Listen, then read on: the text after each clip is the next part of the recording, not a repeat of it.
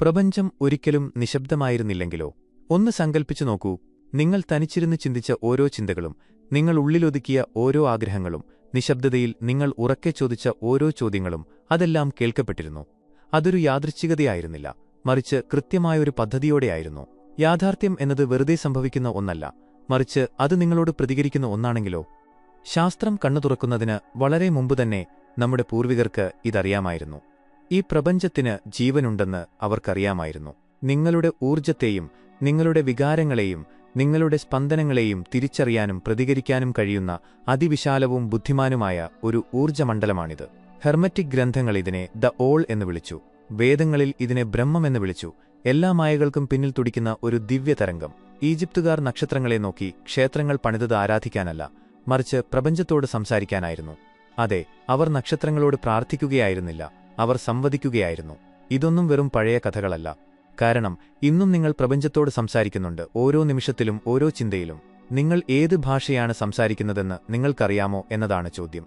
സൃഷ്ടിയുടെ ഭാഷ വീണ്ടും ഓർത്തെടുക്കാൻ നിങ്ങൾ തയ്യാറാണോ എന്നതാണ് യഥാർത്ഥ ചോദ്യം. സ്വാഗതം അന്വേഷകരെ. ഇതൊരു സാധാരണ വീഡിയോ അല്ല.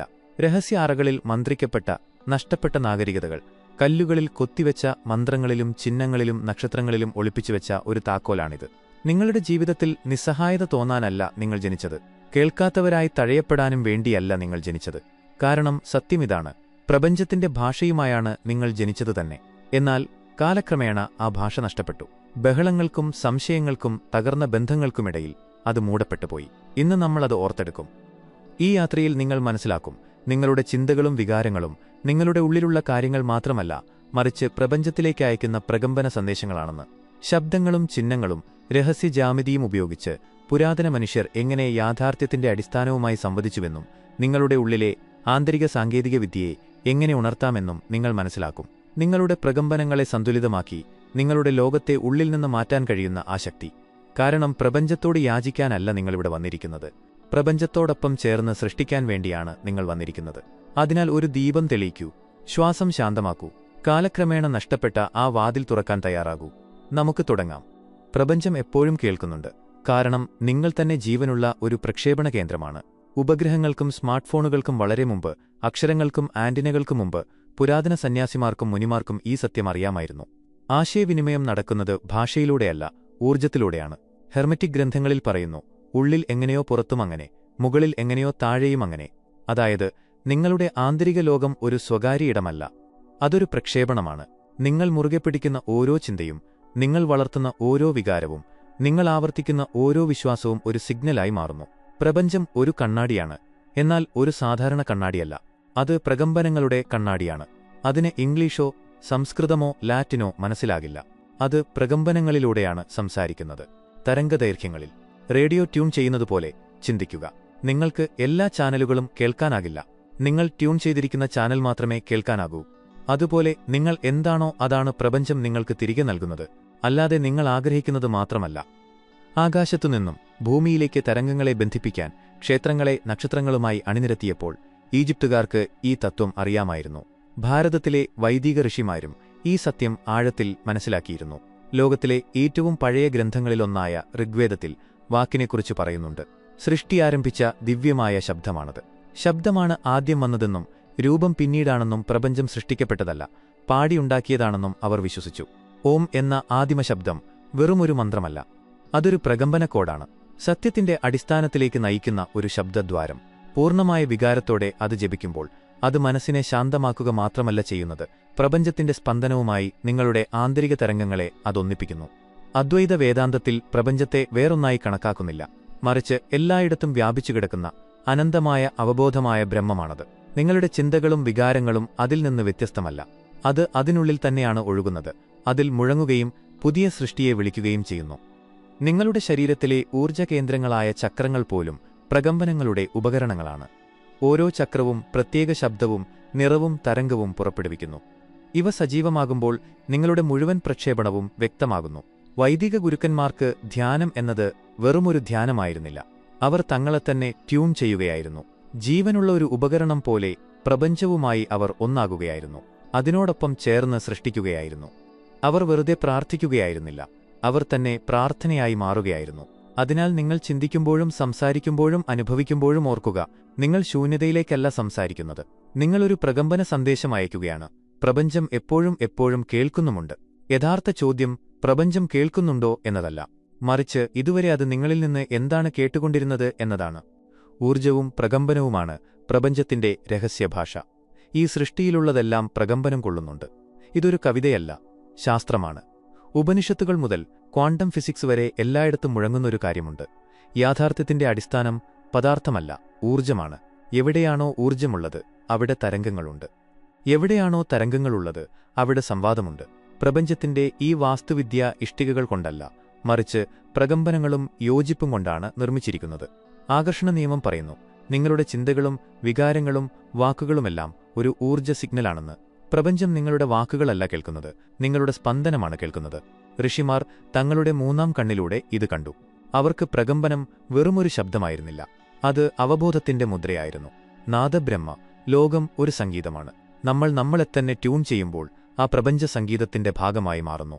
അതുകൊണ്ടാണ് മന്ത്രങ്ങൾ വെറും വാക്കുകളല്ല എന്ന് പറയുന്നത്. അവ ആത്മാവിനെ പ്രപഞ്ചവുമായി ബന്ധിപ്പിക്കുന്ന പ്രകമ്പന കോഡുകളായിരുന്നു. ഉദാഹരണത്തിന്, സോഹം, ഞാൻ അത് തന്നെയാണ്. ഇത് വെറുമൊരു മന്ത്രമല്ല, ഒരു തരംഗ ക്രമീകരണമാണ്. എന്നാൽ ഇന്ന് നമ്മൾ യുക്തിയെ ആരാധിക്കുകയും പ്രകമ്പനങ്ങളെ അവഗണിക്കുകയും ചെയ്യുന്നു. നമ്മൾ നിർബന്ധം പിടിക്കുന്നു, നേടിയെടുക്കാൻ ശ്രമിക്കുന്നു. എന്നാൽ പുരാതന ജ്ഞാനം പറയുന്നത് സൃഷ്ടി നടക്കുന്നത് ആഗ്രഹത്തിൽ നിന്നല്ല, പ്രകമ്പനത്തിൽ നിന്നാണെന്നാണ്. നിങ്ങൾക്ക് സമൃദ്ധി വേണമെങ്കിൽ ആ തരംഗമായി മാറുക. നിങ്ങൾക്ക് സ്നേഹം വേണമെങ്കിൽ സ്നേഹം അനുഭവിക്കുക. കാരണം പ്രപഞ്ചം നിങ്ങളുടെ വാക്കുകളോടല്ല, നിങ്ങളുടെ ഊർജ്ജത്തോടാണ് പ്രതികരിക്കുന്നത്. അതിനാൽ ഇപ്പോൾ നിങ്ങളോട് തന്നെ ചോദിക്കുക, നിങ്ങളുടെ ജീവിതത്തിലേക്ക് ക്ഷണിക്കാൻ ആഗ്രഹിക്കുന്ന അതേ തരംഗത്തിലാണോ നിങ്ങൾ ഇപ്പോൾ ഉള്ളത്? നിങ്ങൾ എന്താണോ അതാണ് നിങ്ങൾ ആകർഷിക്കുന്നത്. നിങ്ങൾ ആഗ്രഹിക്കുന്നത് മാത്രമല്ല. ഇതാണ് ഋഷിമാർ എപ്പോഴും അറിഞ്ഞിരുന്നതും ആധുനിക മനസ്സ് വിശ്വസിക്കാൻ ഭയപ്പെടുന്നതുമായ ആഴത്തിലുള്ള സത്യം. നിങ്ങൾ ചോദിക്കുന്നതല്ല പ്രപഞ്ചം നിങ്ങൾക്ക് നൽകുന്നത്, മറിച്ച് നിങ്ങളുടെ ഉള്ളിൽ നിങ്ങൾ എന്താണോ അതാണ് അത് നൽകുന്നത്. ആഗ്രഹം മാത്രം പോരാ, കാരണം നിങ്ങൾ എന്തെങ്കിലും ആഗ്രഹിക്കുകയും എന്നാൽ അതിൽ നിന്ന് നിങ്ങളെത്തന്നെ അകറ്റി നിർത്തുകയും ചെയ്യുന്നുവെങ്കിൽ നിങ്ങൾ കുറവിന്റെ തരംഗത്തിലാണ് പ്രകമ്പനം കൊള്ളുന്നത്, യോജിപ്പിലല്ല. വേദങ്ങളിൽ മരുപ്പച്ചയുടെ ഉദാഹരണം നൽകുന്നുണ്ട്. മരുഭൂമിയിലെ വെള്ളമെന്ന മിഥ്യാധാരണ.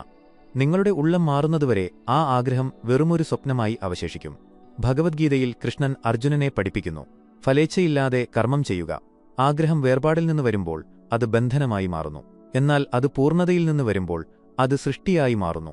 ലളിതമായ അർത്ഥം, നിങ്ങൾ അന്വേഷിക്കുന്ന കാര്യമെന്താണോ അത് നിങ്ങളായി തന്നെ മാറുക. അതുകൊണ്ടാണ് തോന്നലാണ് രഹസ്യം എന്ന് പറയുന്നത്. നിങ്ങൾക്ക് പ്രപഞ്ചത്തോട് സംവദിക്കണമെങ്കിൽ ചിന്തിച്ചാൽ മാത്രം പോരാ. ആ ആഗ്രഹത്തിന്റെ തരംഗത്തിൽ നിങ്ങൾ ജീവിക്കണം. അത് സത്യമാണെന്ന മട്ടിൽ അനുഭവിക്കുക. അത് നിങ്ങളുടെ സ്വന്തമാണെന്ന പോലെ നടക്കുക, ചിന്തിക്കുക, സംസാരിക്കുക. പുരാതന സാധനകളെല്ലാം ഈ തത്വത്തെ അടിസ്ഥാനമാക്കിയുള്ളതാണ്. മനസ്സ് ഉള്ളിൽ നിന്ന് ലോകത്തെ സൃഷ്ടിക്കുന്ന ദൃശ്യവൽക്കരണം, ശബ്ദ ഊർജം, ശരീരത്തെ രൂപപ്പെടുത്തുന്ന മന്ത്രങ്ങൾ. ഉദ്ദേശ്യം ശ്വാസത്തിലും ചലനത്തിലും ലയിക്കുന്ന മുദ്രയും പ്രാണായാമവും. ഇന്ത്യയിലെ പുരാതന ക്ഷേത്രങ്ങൾ പോലും വെറും കെട്ടിടങ്ങളായിരുന്നില്ല, അവ പ്രകമ്പനങ്ങൾ നിറഞ്ഞ രഹസ്യജാമിതികളായിരുന്നു. അവിടുത്തെ ഓരോ മണിയും ഓരോ മന്ത്രവും ഓരോ ചുവടും പ്രപഞ്ചത്തിന് നൽകുന്ന ഒരു സന്ദേശമാണ്. ഞാൻ യോജിപ്പിലാണ്, ഞാൻ അന്വേഷിച്ചത് എന്താണോ അതുതന്നെയാണ് ഞാൻ. അപ്പോൾ പ്രപഞ്ചം ഒരു ട്യൂണിംഗ് ഫോർക്ക് പോലെ നിങ്ങളുടെ തരംഗത്തിനൊപ്പം മുഴങ്ങാൻ തുടങ്ങും. അതേ ഊർജം യാഥാർത്ഥ്യമായി തിരിച്ചുവരുന്നു. ഇതാണ് ആകർഷണ നിയമത്തിന്റെ യഥാർത്ഥ രഹസ്യം. ഇത് വെറുമൊരു ആഗ്രഹചിന്തയല്ല, ഇത് ഊർജത്തിന്റെ സംഗമമാണ്. അതിനാൽ ജീവിതം അസന്തുലിതമാണെന്ന് തോന്നുകയാണെങ്കിൽ എനിക്ക് എന്തു വേണം എന്നതല്ല ചോദ്യം, ഞാൻ ആരായി മാറുന്നു എന്നതാണ് ചോദ്യം. കാരണം പുറമേയുള്ള ലോകം നിങ്ങളുടെ ആന്തരിക സ്പന്ദനത്തിന്റെ പ്രതിഫലനം മാത്രമാണ്.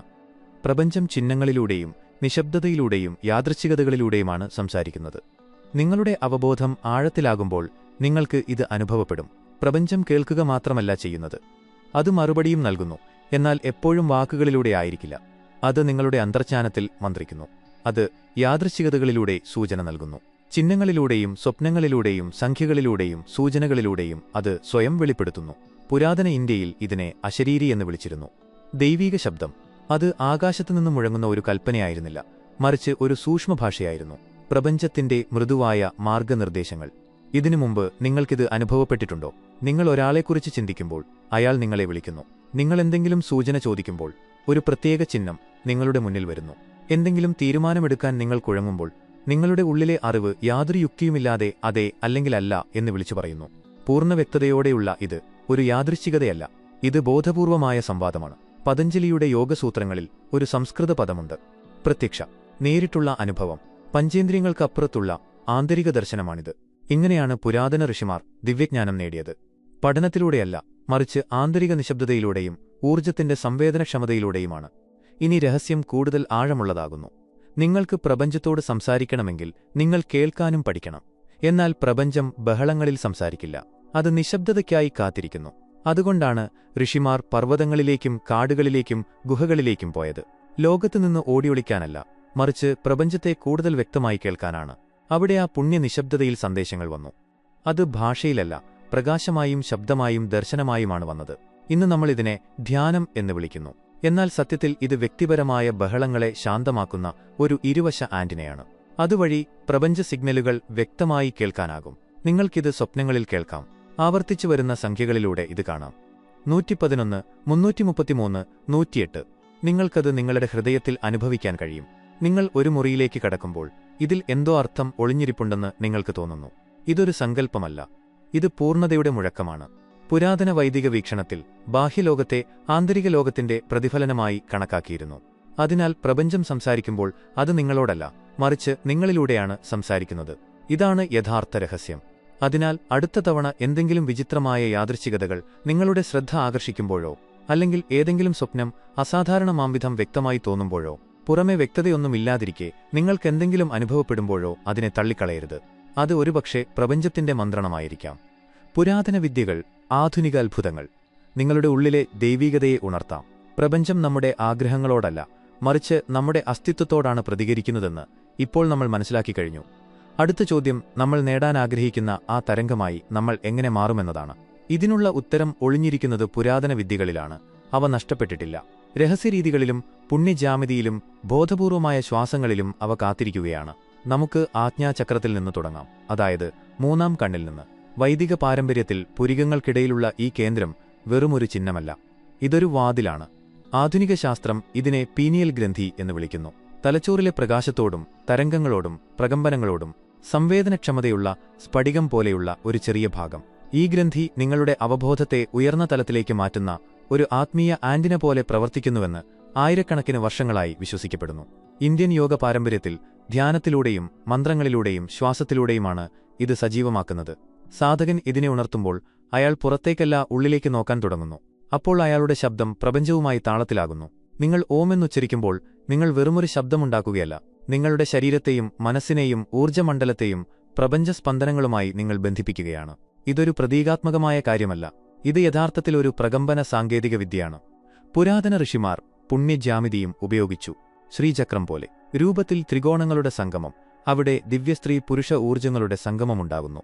അതോടൊപ്പം ഇത് സൃഷ്ടിയുടെ ഊർജ്ജത്തിന്റെ ഭൂപടം കൂടിയാണ്. നിങ്ങൾ ശ്രീചക്രത്തിൽ ധ്യാനിക്കുമ്പോൾ നിങ്ങളുടെ ചിന്തകളെയും ഉദ്ദേശ്യങ്ങളെയും യാഥാർത്ഥ്യത്തെയും പ്രപഞ്ചത്തിന്റെ മദർബോർഡുമായി ബന്ധിപ്പിക്കുന്നതുപോലെയാണത്. പിന്നെയുള്ളത് ദൃശ്യവൽക്കരണം. വെറുമൊരു സങ്കല്പം മാത്രമല്ല, ഇത് ആന്തരിക സൃഷ്ടിയാണ്.